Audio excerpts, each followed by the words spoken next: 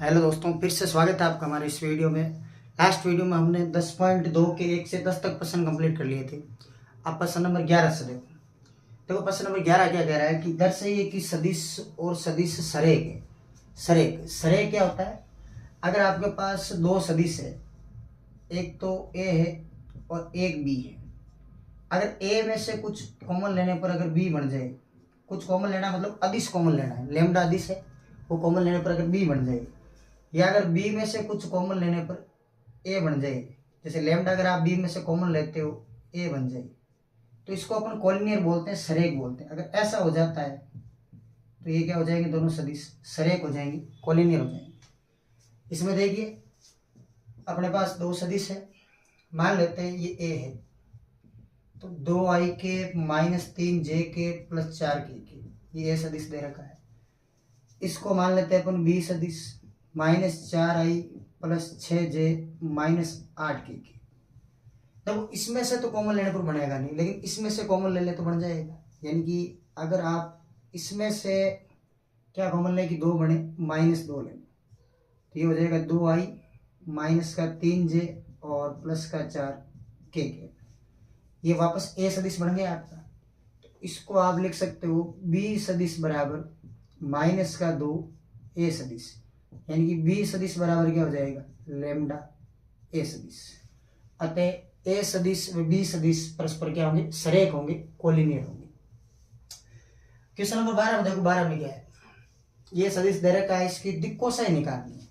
देखो दिक् कोसाइन क्या होती है, जैसे मान लो एक 3D प्लेन है, इस टाइप की कोई 3D प्लेन दे रखी है,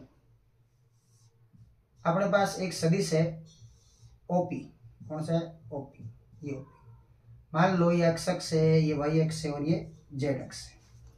अगर ये ओपी सदिश है, और ओपी सदिश क्या करता है कि एक्स अक्ष के साथ अल्फा कोण बनाता है, वाई अक्ष के साथ कितना बनाता है, बीटा, और जेड अक्ष के साथ कितना बनाता है, गामा कोण बनाता है।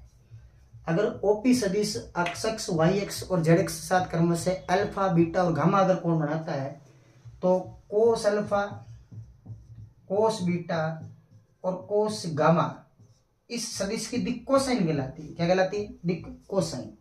सामान्यतः क्या होता है, दिक् कोसाइन को एल, एम और एन से प्रदर्शित किया जाता है। एल बराबर होता है कोस अल्फा, एम बराबर होता है कोस बीटा, एन बराबर क्या होता है, कोस गामा होता है।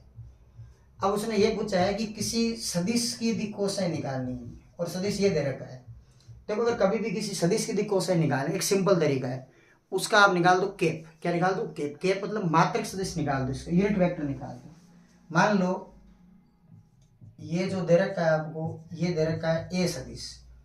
ए सदिश है i + 2j + 3k। इसका निकाल दो केप।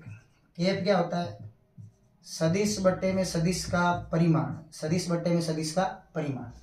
केप निकालोगे तो यहाँ देखो आप, ए का केप है, सदिश कितना है, i + 2j + 3k। इसका परिमाण चाहिए, तो परिमाण कैसे निकालोगे, i का गुणा आगे 1, 1 का स्क्वायर 1, 2 का कितना 4, 3 का कितना 9। तो यहाँ से देखो a का केप क्या होगा, i + 2j + 3k केप, और ये हो जाएगा √ के अंदर कितना, 14। इसका अलग अलग आप अलग अलग भाग दोगे ना, तो ये हो जाएगा आपका a केप बराबर 1/√14 के, और 2/√14 जे के, और 3/√14 के। अलग अलग भाग देने पर यह बन गया। केप निकालना बहुत आसान काम है। केप निकालने के बाद क्या करना है, होता क्या है कि आर जो केप होता है ना, केप जो होता है वो हमेशा बराबर होता है LI के + MJ के + NK के, जहाँ L, M और N किसी सदिश की दिक् कोसाइन होती है। तो यहाँ से आप तुलना कर सकते हो, तुलना करोगे तो I केप का गुणा कितना है, L है, तो यहाँ पर दिक् कोसाइन आ जाएगी, L का मान 1/√14, J केप का गुणा M है, M बराबर हो जाएगा 2/√14। इसी प्रकार से N का मान लिख सकते हो आप 3/√14। यानी अगर आपको कभी सदिश की पूछ ले कि कोई सदिश आपको दे रखा है, आपको दिक् कोसाइन निकालना, तो उसका क्या निकाल दोगे आप, केप निकालोगे। केप निकालने के बाद लास्ट में जाके आप इससे कंपैरिजन कर लो, तुलना कर लो। तुलना करोगे तो आपके एल का, एम का और एन का आपको मान प्राप्त हो जाएगा। क्वेश्चन नंबर 13 देखो, 13वां क्वेश्चन है, आपके पास दो बिंदु दे रखे हैं।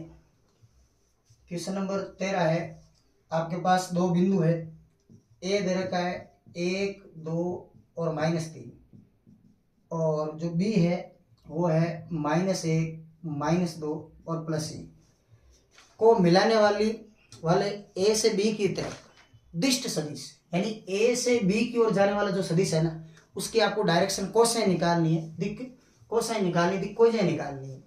तो पहले तो ए से बी की तरफ जाने वाला सदिश क्या होगा, ए बी। क्या होगा, ए बी। ए बी कैसे निकालते हैं, ए बी निकालने का तरीका है कि अंतिम बिंदु के स्थिति सदिश में से प्रारंभिक बिंदु की स्थिति सदिश क्या कर दो, माइनस कर दो। तो यहाँ पर अंतिम बिंदु कौन है, बी। तो बी का स्थिति सदिश क्या होगा, ओ बी। माइनस क्या करना है, जो इनिशियल पॉइंट है, प्रारंभिक बिंदु है, उसका स्थिति सदिश। ओ बी माइनस क्या हो जाएगा आपका, ओ ए। यहाँ से देखो आप, ये ए बी आपका है ओ बी। ओ बी कितना होगा, -i के -2j के, ओ बी मतलब बी का स्थिति सदिश, और +k माइनस ओ ए करना है। तो इसको माइनस करो, -i माइनस का 2j, और ये हो जाएगा प्लस का कितना आपका 3k। ठीक है, इनको जोड़ लो, कैलकुलेशन कर लो इनकी। तो यहाँ से जो आपका ए बी सदिश है, ए बी सदिश क्या बनेगा, -i माइनस के 2i हो जाएंगे, माइनस के 4j हो जाएंगे, और प्लस के हो जाएंगे 4k हो जाएंगे। ये आपके एक से बी की तरफ दिश सदिश आपको प्राप्त हो गया है। अब आपको अगर इसकी दिक् कोसाइन निकालनी है, तो जैसे क्वेश्चन नंबर 12 में किया है कि कोई सदिश दे रखा है, उसकी अगर आपको दिक् कोसाइन निकालनी है, तो उसका क्या निकाल लेते हैं अपन, केप निकाल लेते हैं। तो इसका भी क्या निकालेंगे अपन, केप निकालेंगे। तो यहाँ बताओ ए बी का जो केप होगा, ए बी का केप क्या होगा, ए बी का सदिश बटे में ए बी सदिश का क्या हो जाएगा, परिमाण।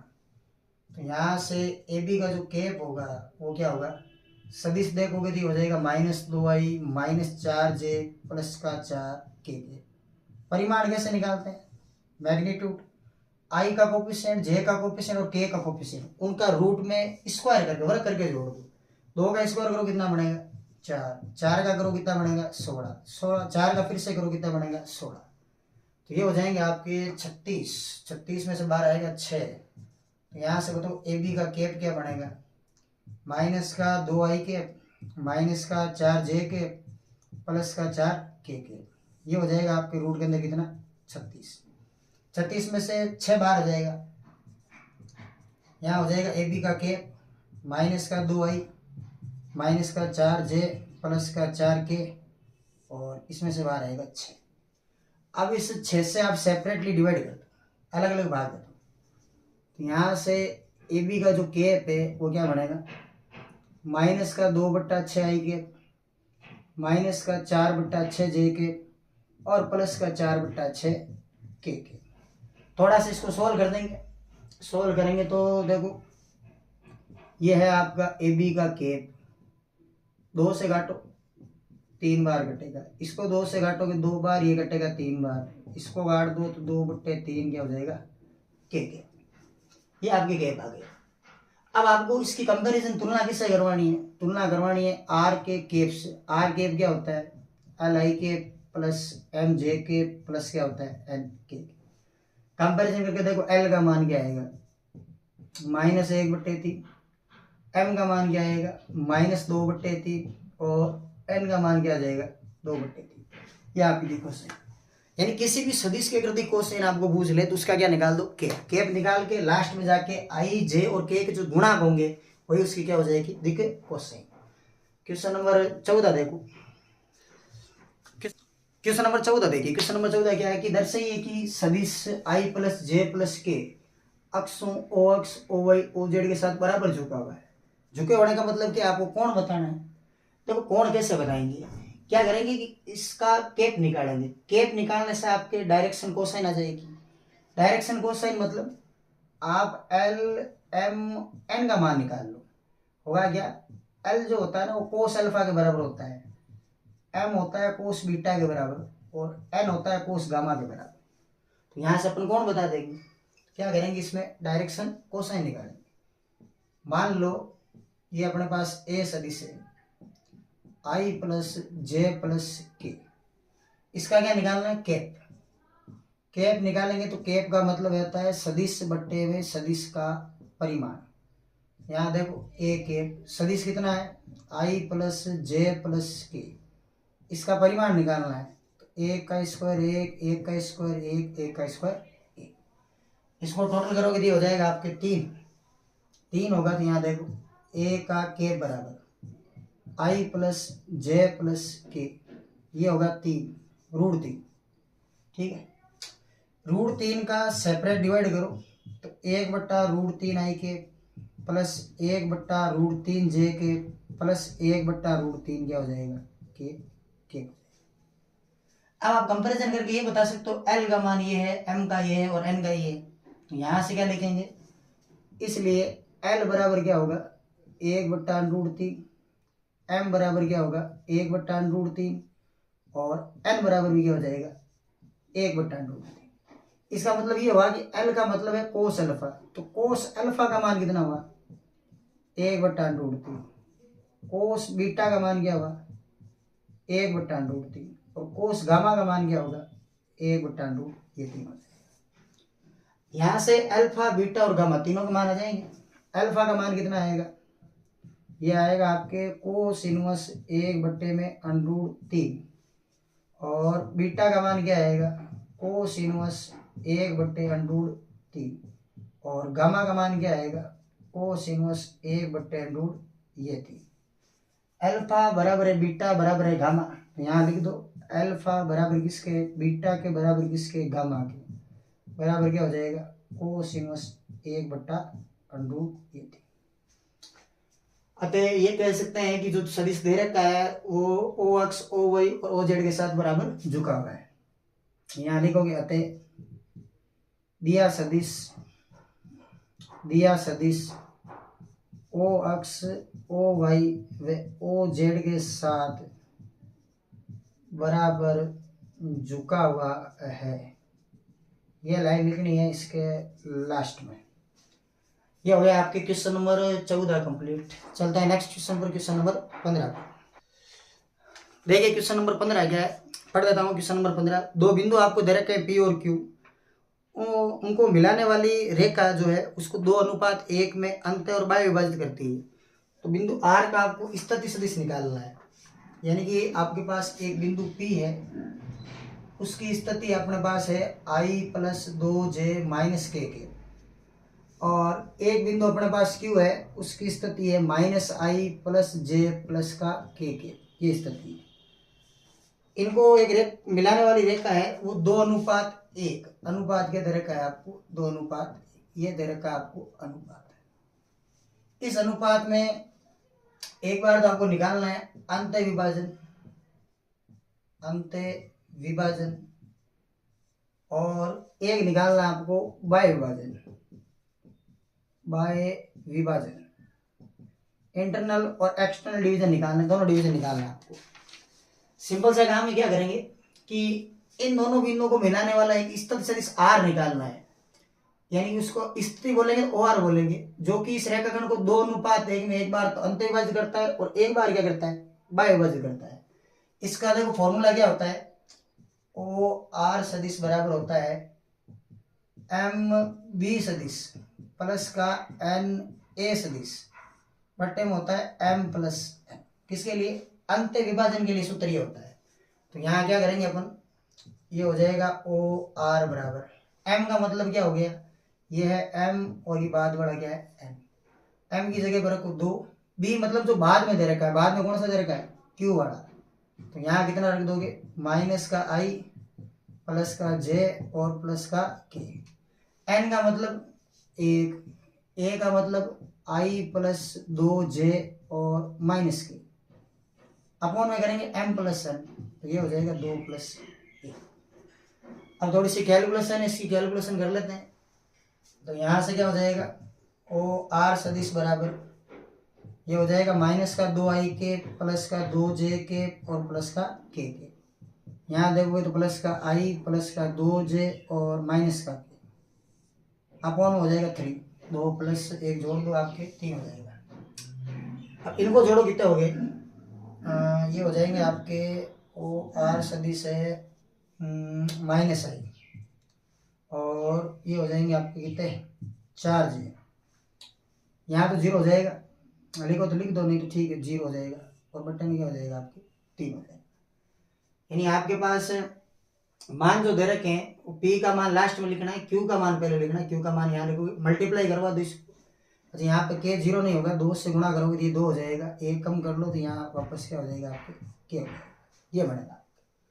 अच्छा बाह्य विभाजन में क्या करेंगे, बाह्य में क्या करना है, सूत्र तो यही है, सूत्र तो यही है, बस क्या करना है माइनस लगा देना है। एम बी सदिश माइनस एन ए सदिश बट्टे में एम माइनस एन, ये सूत्र हो जाएगा।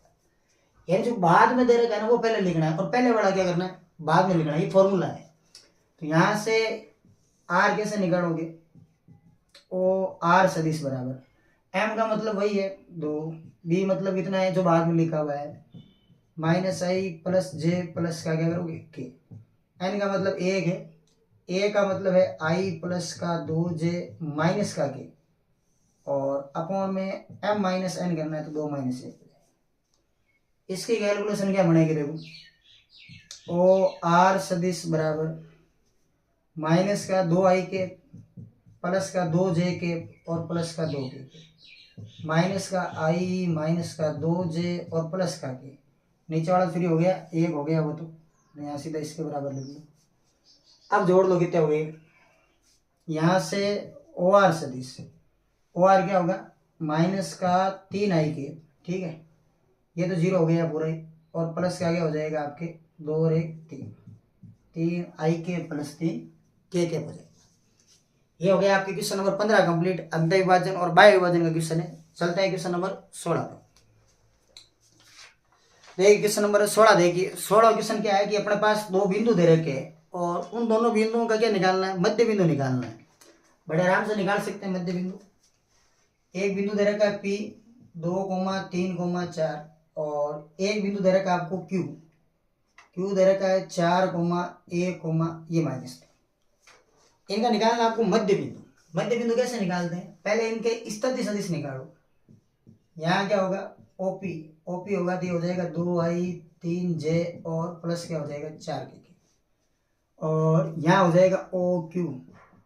स्थिति सदिश निकालेंगे इनके तो 4i प्लस का j और माइनस का क्या हो जाएगा 2k। मान लो इनका मध्य बिंदु जो है वो R है, तो उसको अपन कहेंगे OR सदिश। कैसे आएगा OR सदिश, दोनों को जोड़ के OP प्लस OQ बट्टे में क्या कर दो 2, दोनों को जोड़ के 2 का भाग, तो ये इसका फॉर्मूला होगा। तो यहाँ से देखो ये इसका हो गया फॉर्मूला। तो यहाँ से OR सदिश क्या बनेगा, OP कितना है 2i प्लस का 3j प्लस का 4k, और OQ कितना है प्लस का 4i प्लस का j माइनस का 2k, बट्टे में 2 करना है ये। तो अब जोड़ लो इनको, तो OR सदिश क्या बनेगा 4 2 6 और 3 और ये क्या हो जाएगा 4j, 4k में से 2k कम कर लो 2k, और बट्टे में क्या हो जाएगा 2, ये हो जाएगा। अलग अलग भाग दे दो, ये हो जाएगा आपके OR क्या होगा 3 बार भाग जाएगा, इसमें जाएगा 2 बार और इसमें जाएगा 1 बार। मध्य बिंदु क्या है, मध्य बिंदु 3,2,1 है, और उस मध्य बिंदु का स्थिति सदिश क्या है, ये वाला है 3i के प्लस 2j के प्लस k के। ये आपके एक क्वेश्चन था मध्य बिंदु का, और एक क्वेश्चन जो आपके था वो अंत विभाजन और बाह्य विभाजन का था। चलते हैं अगले क्वेश्चन पर, क्वेश्चन नंबर 18 पर। देखिए क्वेश्चन नंबर 17 देखिए, क्वेश्चन नंबर 17 क्या कह रहा है, पढ़ देता हूँ एक बार 17वां क्वेश्चन। अपने पास 3 बिंदु दे रखे हैं और तीनों के स्थिति सदिश आपको दे रखे हैं, और साथ में ये बताना वो तीनों जो बिंदु है ना वो एक समकोण त्रिभुज के शीर्षों का निर्माण करते हैं। आपके पास 3 बिंदु है, ए है, बी है और ये सी। तीनों के स्थिति सदिश, अगर ए की बात करूं तो स्थिति सदिश होता है ओ ए, या आप इसको स्मॉल ए कह सकते हो। ये दे रखा है आपको, क्या दिया हुआ है 3i के माइनस का 4j के और माइनस का 4k के। बी का जो स्थिति सदिश होता है उसको चाहो तो आप ओ भी बोल दो चाहे स्मॉल बी बोल दो, एक ही बात है। ये दे रखा आपको 2i माइनस j और प्लस का k। और सी का जो स्थिति सदिश है वो ओ सी है, या इसको आप स्मॉल सी भी बोल सकते हो। ये है आपके पास आई माइनस का 3j और माइनस का 5k। क्वेश्चन ये कह रहा है कि ये जो तीनों दे रखे हैं ना, ये एक समकोण त्रिभुज के शीर्ष है। अगर समकोण त्रिभुज के शीर्ष साबित करना है तो आप ए बी निकाल लो, बी सी निकाल लो, ए सी निकाल लो, तीनों भुजाएं आ जाएगी। तीनों का निकाल लो परिमाण। क्या निकाल लो? परिमाण। परिमाण निकालने के बाद किन्हीं दो परिमाणों के वर्गों का योग तीसरे परिमाण के वर्ग के योग क्या हो जाना चाहिए? बराबर। यानी एक तरह से पाइथागोरस प्रमेय को आपको सिद्ध करना है। पाइथागोरस प्रमेय सिद्ध हो जाएगा तो वो शीर्ष किसके हो जाएंगे? समकोण त्रिभुज हो जाएंगे। तो सबसे पहला काम क्या करेंगे? यहां से अपन निकालेंगे ए बी को। अब ए बी कैसे निकालते हैं? ओ बी में से ओ ए को माइनस करके अंतिम बिंदु का स्थिति सदिश माइनस प्रारंभिक बिंदु का स्थिति सदिश। तो यहां से ए बी कैसे आएगा? ए बी आएगा आपके ओ बी। ओ बी कितना है? ये बड़ा है 2i के माइनस जे के प्लस के माइनस ओ ए करना है तो माइनस का 3i प्लस का 4j और प्लस का 4k। यहाँ से तो ए बी सदिश क्या होगा? ए बी सदिश हो जाएगा आपके माइनस का i, इनको जोड़ दो दोनों को, प्लस का 3j और प्लस का क्या हो जाएगा? 5k। ये बड़ा आराम से आपने ए बी निकाल लिया। अब ऐसे क्या निकालोगे? B C. बी सी के लिए क्या लिखेंगे? अंतिम बिंदु है सी, तो ओ सी माइनस क्या करेंगे? ओ बी, तो ये हो गया। तो यहां से बताओ बी सी कैसे आएगा? ओ सी। ओ सी कितना है? आई माइनस का 3j माइनस का 5k के माइनस करना ओ बी को, इसको माइनस करो, माइनस 2i प्लस j और माइनस का k। तो यहां से बताओ बी सी सदिश कितना आएगा? बी सी आएगा आपके आई में से 2i गया minus i, minus 3j plus j minus का 2j माइनस 5k माइनस का क्या हो जाएगा? 6k। ये हो गया बी सी। अब ऐसे आपको क्या निकाल लेना? ए सी निकाल लेना है। तो यहां निकाल लेते हैं सी को। ए सी सदिश, ए सी का मतलब है अंतिम बिंदु है सी, तो ओ सी माइनस क्या करना है? ओ ए करना है। कभी भी आप ए से सी की तरफ सदिश निकाल रहे हो तो उसके अंतिम बिंदु में से प्रारंभिक बिंदु की स्थिति सदिश क्या करना है? माइनस करना है। तो यहां से ओ सी कितना है? ये बड़ा है। तो यहां पर देखो ए सी सदिश, ये रहा ए सी। ओ सी कितना है? आई माइनस 3j माइनस का 5k माइनस करना है ओ ए को, ये रहा माइनस का 3i माइनस माइनस प्लस का 4j और प्लस का 4k के। तो यहाँ से बताओ ए सी कितना होगा? ए सी हो जाएगा आपके आई में से 3i चला गया माइनस का 2i minus 3j plus 4j plus का j minus 5k plus 4k, ये हो जाएगा आपके माइनस का k। ये हो गया आपके ए बी बी सी और क्या हो गया? ए सी हो गया। अब आपको क्या करना है? इन तीनों का परिमाण निकाल लेना है। परिमाण निकालने के बाद अपन देखेंगे कि इन दो का स्क्वायर करने से तीसरे का आ रहा है या नहीं आ रहा है। अगर नहीं आ रहा है तो समकोण त्रिभुज शीर्ष नहीं होंगे, और अगर स्क्वायर 2 का करने पर तीसरे स्क्वायर के बराबर आ रहा है तो वो समकोण त्रिभुज के शीर्ष होंगे। तो यहां से अपन क्या करेंगे? ए बी का परिमाण निकालेंगे, इसका परिमाण। तो यहाँ देखो आप ए बी है, इसका क्या निकालेंगे? परिमाण, मैग्नीट्यूड निकालेंगे। आई का गुणांक माइनस 1 स्क्वायर करेंगे तो 1 हो जाएगा, 3 का स्क्वायर करेंगे 9 हो जाएगा, 5 का करेंगे 25 हो जाएगा। ये हो गए 25, 9, 1 रूट 35, कितने हो गए? रूट के अंदर 35 हो गए। और बी सी का निकालेंगे ऐसे ही, ये बी सी है, इसका निकालेंगे तो रूट ऑफ क्या हो जाएगा? आई का गुणांक माइनस 1 है तो 1 हो जाएगा, माइनस 2 का स्क्वायर 4 हो जाएगा और 6 का स्क्वायर 36 हो जाएगा। यहाँ देखोगे तो 36, 4 और 1, इनको जोड़ दो, कितने हो गए? 41 हो गए। ये हो जाएंगे रूट के अंदर क्या हो जाएंगे? 41। ऐसे ऐसे के देखो इसका परिमाण निकालेंगे, तो इसका अगर परिमाण निकालेंगे तो रूट ऑफ क्या हो जाएगा? माइनस 2 का स्क्वायर 4, 1 का स्क्वायर 1, 1 का स्क्वायर 1, ये हो जाएगा रूट के अंदर कितना? 6। अब यदि 2 का स्क्वायर तीसरे के बराबर, तो ये रहा 6, 35, स्क्वायर करने से रूट तोड़ जाएगा, 35 और 6 41, तो ये बराबर में क्या आ जाएगा? 41।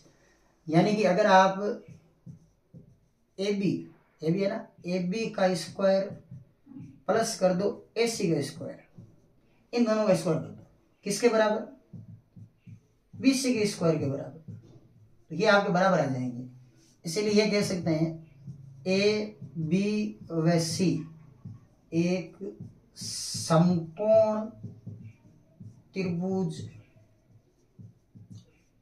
के शीर्ष है। इस टाइप का क्वेश्चन है तो आपको इस तरीके से करना है। यहाँ से क्या करना है, ए बी निकाल लेना है, बी सी निकाल लेना है, ए सी निकाल लेना है, फिर तीनों का परिमाण निकाल लेना कि दो परिमाणों का स्क्वायर करने पर अगर तीसरे का परिमाण आ रहा है तो वो आपके किसके शीर्ष होंगे, समकोण त्रिभुज के शीर्ष होंगे। ये हो गया आपके क्वेश्चन नंबर 17। चलते हैं क्वेश्चन नंबर 18। देखिए क्वेश्चन नंबर 18 क्या है। क्वेश्चन नंबर 18 कह रहा है एक त्रिभुज आपको दे रखा है और ये बताना है कि निम्नलिखित में से कौन सा कथन सत्य नहीं है। सत्य नहीं है मतलब कौन सा आपकी गलत है वो बताना है। देखो सदिशों के त्रिभुज का नियम क्या कहता है कि ये डायरेक्शन है, सेम डायरेक्शन जा रही है तो ये तो जुड़ेगी और ये सामने आएगी, यानी कि सदिशों के त्रिभुज नियम से आप ये कह सकते हो कि जो ए बी सदिश है प्लस बी सी सदिश है, इसके सामने कौन सा रहेगा, सामने रहेगा एसी वाला। तो A B plus B C बराबर क्या हो जाएगा, एस, सदिशों के त्रिभुज नियम से।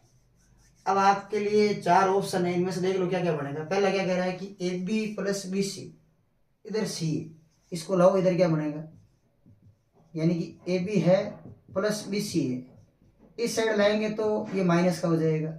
ये लो, डायरेक्शन चेंज करो, अगर आप ए सी को सी बना रहे हो तो 100% यहाँ प्लस आएगा। ये लो, मतलब पहला ऑप्शन तो एकदम करेक्ट है।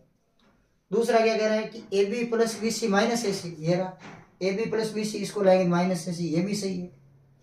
तीसरा कह रहा है कि A B plus B C minus C है, नहीं सी ए किसका होगा, प्लस का, तो ये ऑप्शन गलत है। और इसको आप देख सकते हो ए बी, और इसको घुमाओगे, इसको घुमा लो, इसको घुमाओगे तो माइनस सी बी और प्लस सी, ये भी करेक्ट है। यानी यहाँ पर गलत कौन सा ऑप्शन है आपके, सी। इसमें ये बताना था आपको त्रिभुज एबीसी के लिए कौन सा कथन सत्य नहीं है, तो कथन जो सी है वो आपका सत्य नहीं होगा। चलते हैं क्वेश्चन नंबर 19 पर। क्वेश्चन नंबर 19 देखिए। क्वेश्चन नंबर 19 क्या है कि बी सदिश बराबर ए सदिश और बी सदिश दो सरेख सदिश है, तो निम्न में से कौन सा कथन सत्य नहीं है। यानी कि सरेख के बारे में पूछ रहा है। देखो सरेख क्या होता है, अगर आपके पास दो सदिश है ए और बी, अगर ए सदिश बराबर लेमडा बी सदिश हो जाएगी या बी सदिश बराबर लेमडा ए सदिश हो जाएगी, तो ए और बी दोनों आपस में क्या हो जाएंगे, सरेख हो जाएंगे। पहले में तो ये सामने पड़ा है बी सदिश बराबर लेमडा ए, जहाँ लेमडा दिश है, तो ये तो करेक्ट है, एकदम कोई दिक्कत वाली बात है। दूसरा कह रहा है कि ए बराबर प्लस माइनस बी, तो लेमडा का मान तो प्लस 1 माइनस 1 हो सकता है, पॉसिबल है, ये भी सही है। ए और बी के क्रमागत घटक समानुपाती, बिल्कुल सही बात है। जैसे मान लो अगर ए सदिश है अपने पास आई प्लस 2 प्लस 3 के, और बी सदिश जो है वो है अपने पास 2i के प्लस 4j के प्लस 6k के, ये दोनों आपस में सरेख, इनके आप घटक देख सकते हो, जो घटक होंगे वो कैसे होंगे, समानुपाती, तो ये कथन भी सही है। ये कह रहा है कि दोनों सदिश ए तथा बी की दिशा समान है परंतु परिमाण क्या है, विभिन्न। ऐसा आवश्यक नहीं, दिशा समान होना आवश्यक नहीं है और नहीं परिमाण विभिन्न होना आवश्यक है, तो ये आपके क्या हो जाएगा, ऑप्शन डी क्या हो जाएगा, गलत हो जाएगा। तो इसने ये पूछा था कि आपके इनमें से कौन सा कथन सत्य नहीं है, तो डी जो है आपके वो सत्य नहीं। ये आपके 10.2 हो गए कंप्लीट। अगले वीडियो में अपन 10.3 प्रश्नावली पर चर्चा करेंगे। धन्यवाद।